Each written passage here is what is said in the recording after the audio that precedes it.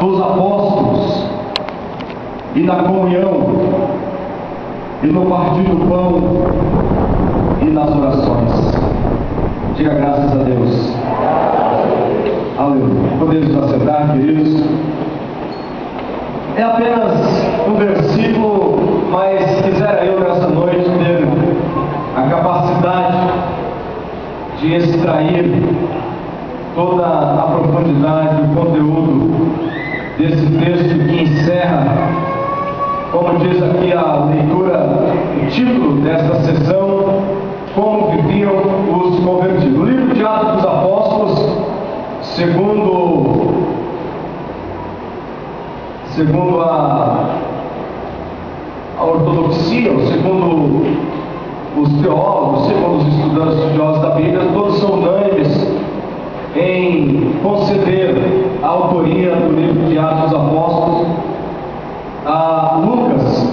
Isso não é novidade, porque os irmãos nós tivemos nesse último trimestre o estudo de Atos dos Apóstolos, e nós vemos que Lucas foi quem noticiou, foi quem registrou os avanços da igreja primitiva. De modo que quando nós olhamos para esta sessão, para esta leitura, nós vemos como que procediam os novos crentes, como viviam os convertidos. Nós vemos aqui o início da igreja cristã.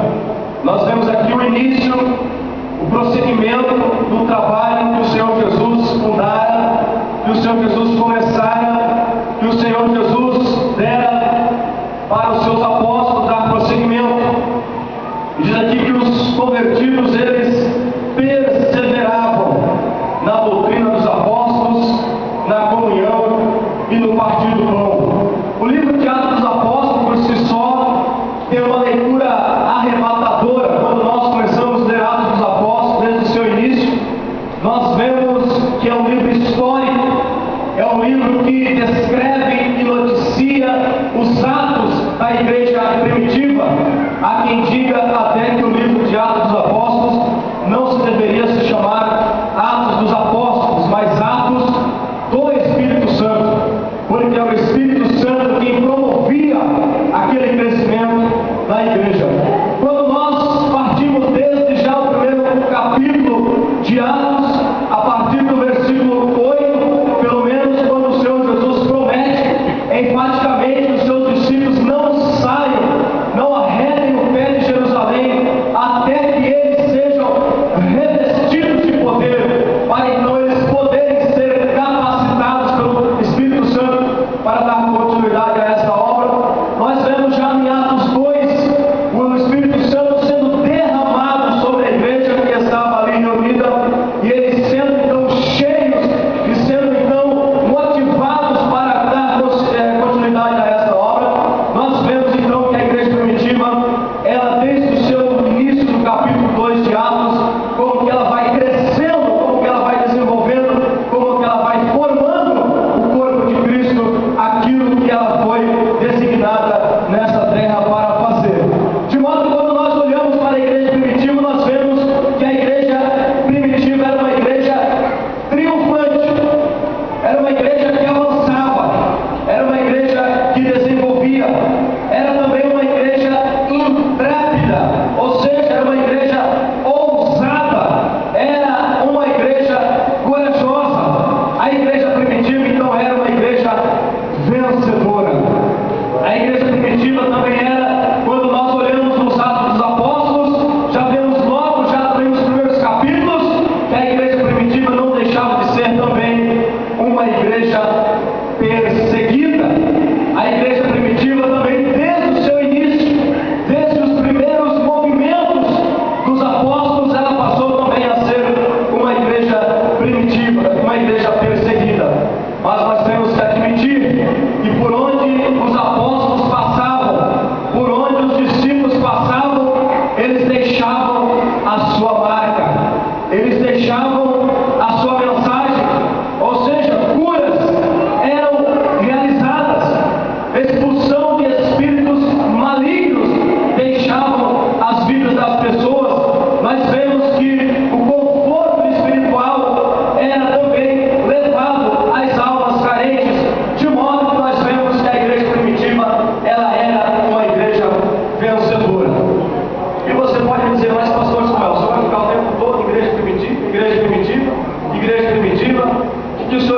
dizer nessa noite que a igreja hoje não realiza mais os milagres de Jesus? Quer dizer que hoje nós estamos apenas com saudade da igreja primitiva? E eu quero lhes dizer que 1000 vezes não. O Espírito de Deus me traz aqui nesta noite como mensageiro para lembrar a cada um de nós aqui presente que aqui está a extensão da igreja primitiva. Aleluia!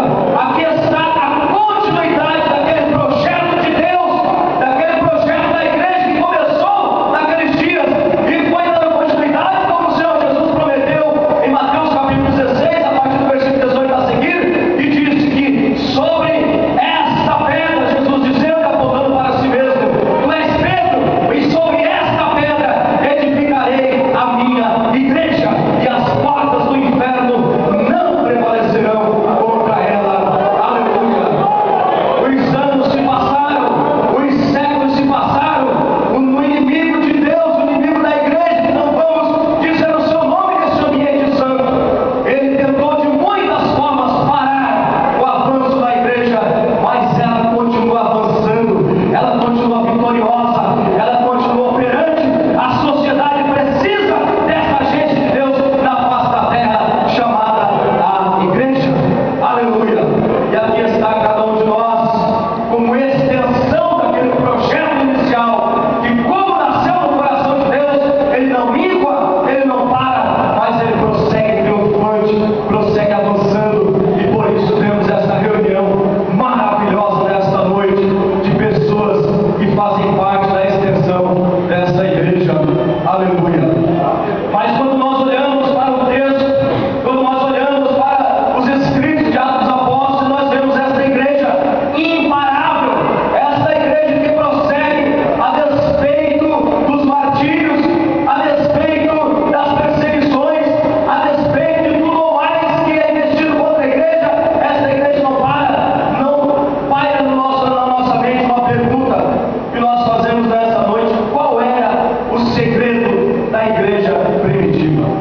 Se nós queremos uma igreja operante no século 21, se nós queremos uma igreja triunfante na era moderna, nós temos que olhar para esse modelo da igreja primitiva, da qual nós somos parte e extensão. Nós devemos perguntar: qual era mesmo o segredo da igreja primitiva?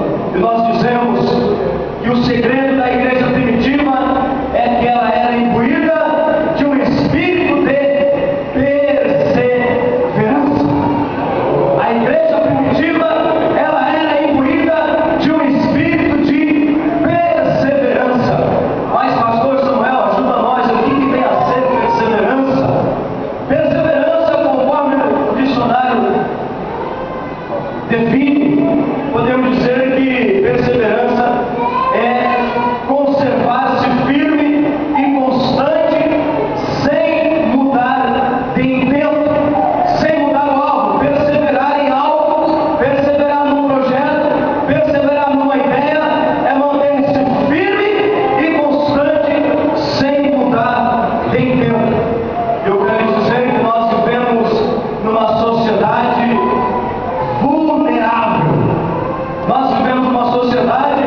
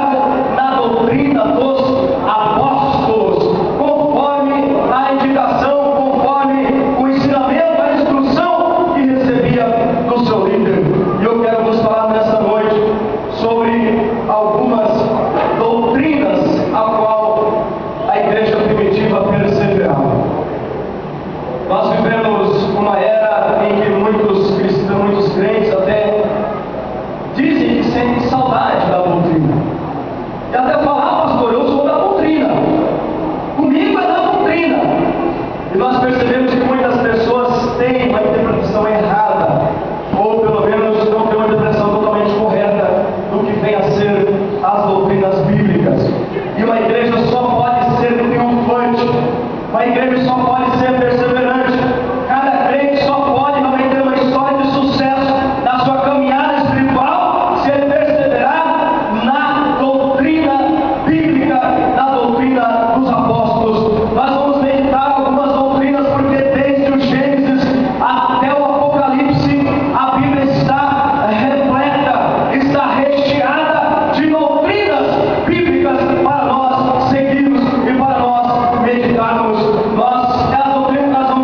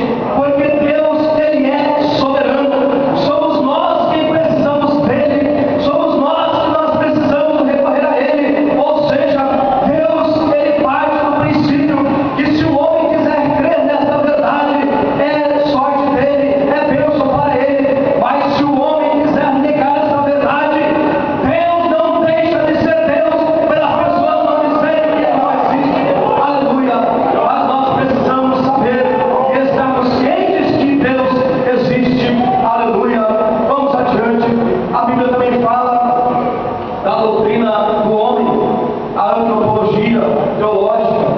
A Bíblia fala que o homem, esse ser, onde o inimigo também tem procurado desde o Éden, onde o inimigo tem procurado desde o início da história da humanidade, lançá-lo no chão, lançá-lo por terra, ridicularizar a grandeza da criação de Deus.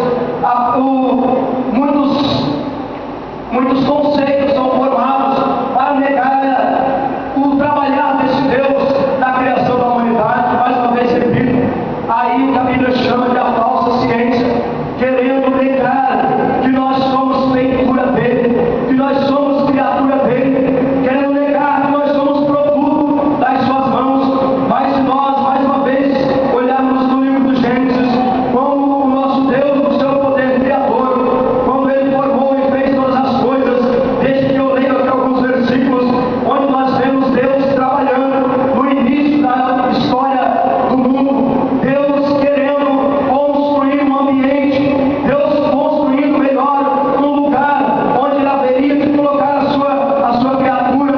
Diz lá o livro de Gênesis, no capítulo 1, alguns versículos alternados, onde nós vemos Deus trabalhando, Deus pelo poder da sua palavra, trazendo à existência todas as coisas. Diz aqui no versículo capítulo 1, disse Deus, haja luz. Eu só quero destacar o poder falador de Deus, o poder da palavra de Deus, o poder desse Deus soberano, trazendo à existência todas as coisas pelo poder da sua palavra. Ele disse Deus, haja luz. E que mais que ele disse? Disse Deus, haja firmamento. Tudo isso que ele vai falando, ele vai ordenando, vai existindo.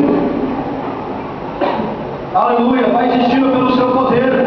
Diz lá, disse mais também Deus, ajunte-se as águas debaixo dos céus num só lugar, e apareça a porção seca, e assim fez. E disse também Deus, haja luzeiros no firmamento dos céus, e assim se fez. Disse também Deus, povoe-se as águas de enxames de seres viventes, e assim se fez. Também disse Deus, produz a terra seres viventes, conforme a sua espécie, e assim se fez. Diz lá o versículo 25, e fez Deus os animais selváticos, segundo a sua espécie. Olha só aqui, segundo a sua espécie, só aqui já dei por terra a teoria da evolução. Porque diz aqui o texto que fez Deus os animais selváticos segundo a sua espécie, os animais domésticos conforme a sua espécie, e todos os répteis da terra conforme a sua espécie. E viu Deus que tudo isso era bom. E você fala, mas pastor, o que isso tem a ver com a formação do homem? Quero dizer que quando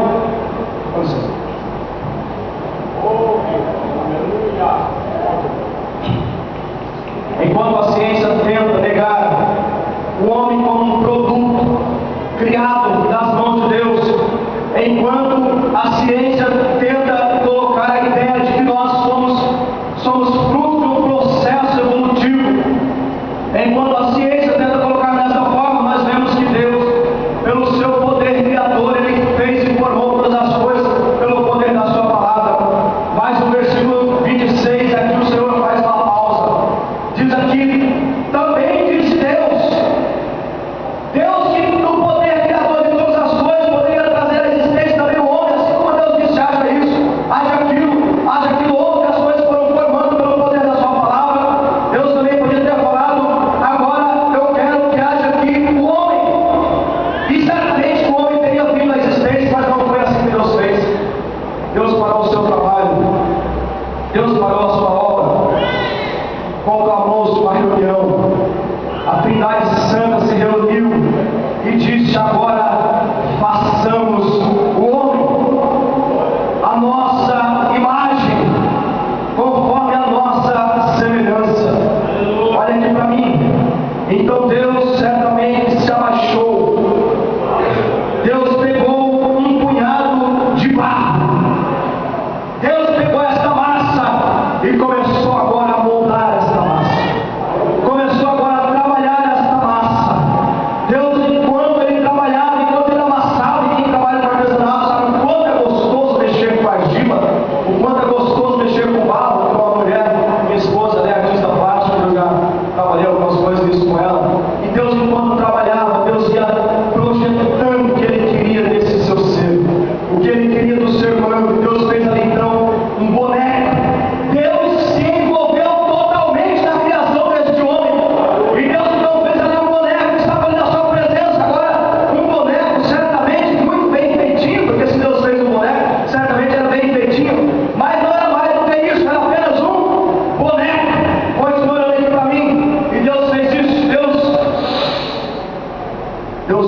virou o ímpio,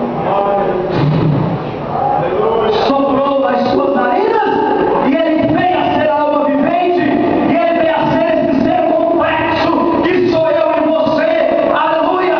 Nós não somos fruto de um processo evolutivo, coisa nenhuma, mentira do inimigo. Nós somos feitura dele, nós existimos para ele, nós arrojamos dentro de nós a glória da Trindade Santa. Aleluia! Que está aqui conosco. Louvado seja o nome do Senhor. A Bíblia fala da doutrina do homem, sim, senhores. Quando nós, muito cedo, falamos isso com conhecimento de causa, ainda trocávamos algumas palavras nesta manhã com o Dr. Marcos, e falava sobre como que a pedagogia, como que a ciência tem procurado desprezar essa palavra. Vemos um lindo hino que a juventude cantou nesta noite, que as pessoas tentam ridicularizar zombando de nós, zombando a nossa fé, mas eles não sabem que nós temos o selo da promessa, não sabem que nós temos um lugar garantido na eternidade, que nós não somos produto do acaso, nem vamos para lugar nenhum, mas nós fomos criados com um propósito por Deus, e nós temos destino certo. Aleluia!